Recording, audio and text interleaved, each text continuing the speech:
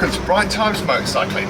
This is episode 2 and it's called the Honda C50, the most popular bike in the world.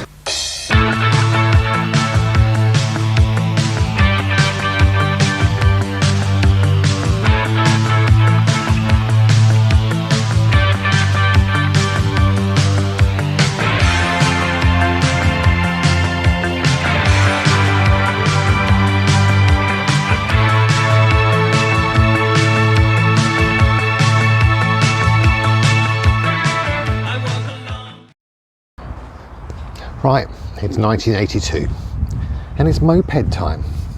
Yeah, there's a lot of competition out there. There's the RD50 Yamaha, there's the Kawasaki AR50, there's the little pooch, there's the moped ones like step throughs like your C50s, and yeah, a couple of others around, but everybody wanted a fizzy. Everybody wanted a Yamaha FS1E, as it was called, or quite aptly nicknamed the Fizzy. So, a Fizzy before 1977, because you could buy them. I'm getting swooped on here. As I said before, they could do like 60 miles an hour, right?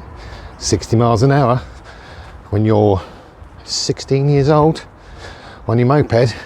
The only thing about them was they had pedals, so they looked really dorky.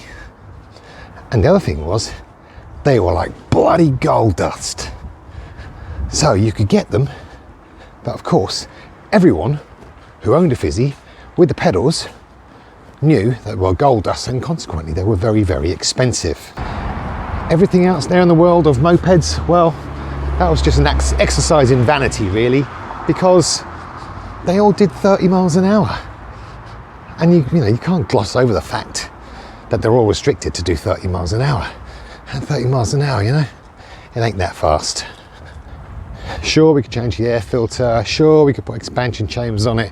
Sure, we could probably take the carb apart and put new valves in it and stuff like that. But most of them are two strokes. And you can make them sound a bit better.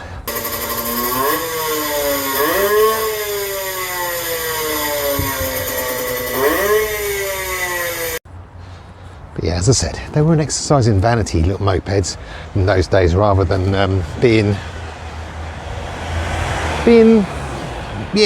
wasn't one faster than the other. And that was just the way it was, and you had to suck it up. Anyway, so my mate DeCosta comes around to see me, right, and he's got an AR50. An AR50 is a Kawasaki, and it had a little fairing on it. Oh, seriously, it looked the absolute business. Really did. And yeah, of course, because of the situation I was in, desperate for a motorcycle, I thought that was the best thing on two wheels. I took it up the road and I absolutely loved it. What can you say? But I was impatient, wasn't I? I'm getting to the point where I really don't give a shit what kind of bike it is. I just wanted one, and that was the end of it. So you're going to laugh at this, because this is where the irony creeps into it. You remember the immovable object, don't you? Yep, that's my mother. So we all agreed that bikes come in, I can have a bike, and I'm good to go. So as it works out, she runs a pub, and somebody who comes in the pub is a cab driver. Now, cabbies drive around London before they actually get their license, doing something called the knowledge.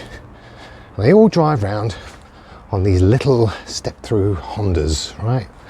C50s, C70s, C90s. Anyway, the irony is, she knows this geezer. Sorry, I'm trying to get run over here. And he's selling a C50. So she says to him, well, my son's looking for a bike. He says, I've got a bike, Teresa. Yep, it's good. Looked after it. I'll get it serviced, etc., before he buys it. That's if he wants to buy it. Anyway, it didn't take much, did it really? Set my eyes on it. Boom! I'm in love. Yes, I'm in love. I take it for a test drive and I love it even more. I just It wasn't so much that, well, it wasn't the best looking bike in the world, but it was my bike, right? And it went over 30 miles an hour. He looked after it, and it was in really good nick. So, for 150 quid, I kept myself my first real motorbike. Whoa, bonza, baby! I'm mobile.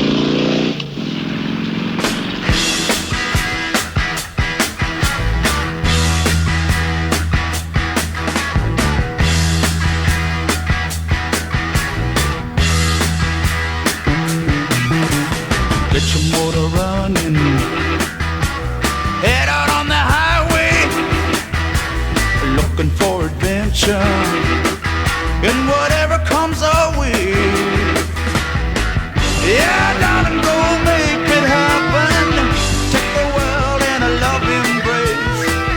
Fire all of your guns at once and explode into space. Like a true nature's child, we were born to be wild. We can climb so high, I never wanna die. Born to be wild. And do you know what that little bike did? It took me everywhere. It took me out to the airport so I could go sit there and watch the planes. In those days you could do that, you see. It took me to work. It took me to my girlfriend's house. I drove the living daylights out of it. And of course you have to speed test your own bike, don't you? Every motorcycle you ever buy, one of the first things you do is you have to speed test it. It's a God-given right. It's your bike, so you need to go out on the fastest road you can and thrash it. And I did. And I swear to this day, yeah, well, bear with me, I swear to this day, I got 42 miles an hour out of my little C50.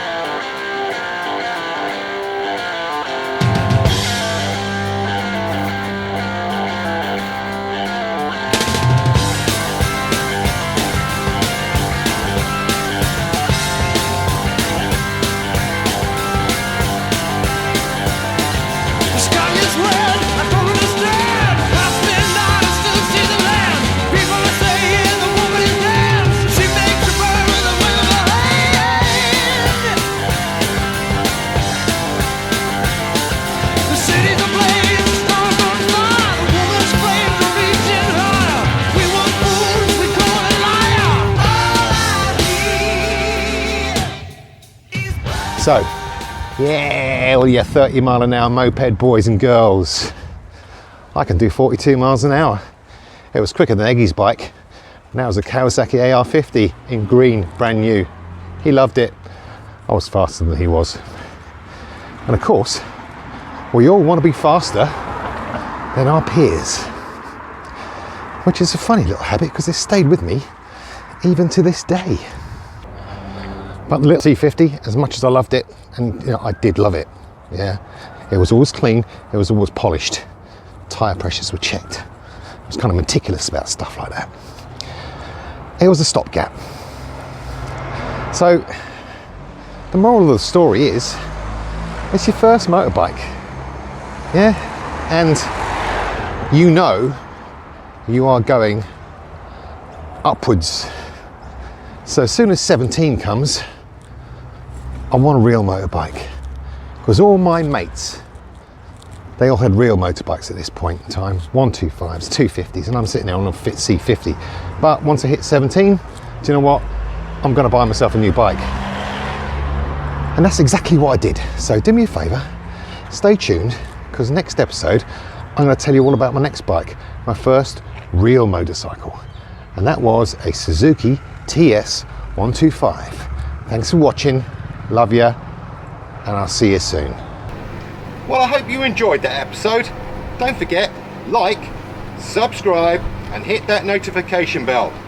And I'll see you next week.